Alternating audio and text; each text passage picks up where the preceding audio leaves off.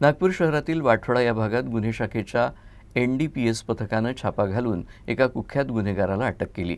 त्याच्याजवळून 23 gram MD drugs, mobile phone आणि मोपेडसह एकूण 3,75,000 रुपयांचा मुद्देमाल जप्त करण्यात आला आहे। अटक करण्यात आलेल्या आरोपीची ओळख आशिष काळे म्हणून झाली आहे। पोलीस नोंदीनुसार आशिष विरोधात यापूर्वीही अंमली पदार्थ तस्करी आणि हत्येसारखे गंभीर गुन्हे दाखल आहेत।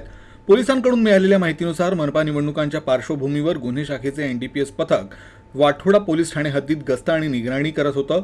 यावेळी श्रावण नगरातील आनंद किराणा स्टोअर समोरून एका मोपेडस्वार युवक संशयास्पद अवस्थेत जाताना दिसला।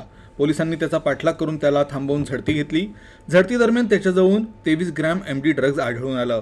तसंच ड्रग्ज तस्करीसाठी वापरला जाणारा मोबाईल फोन आणि मोपेड वाहनही जप्त करण्यात आलं। तपास आणि चौकशीत त्यानं MD ड्रग्ज विशाल गुप्ता उर्फ फली नावाच्या आपल्या साथीदाराकडून आणल्याचं उघड झालं।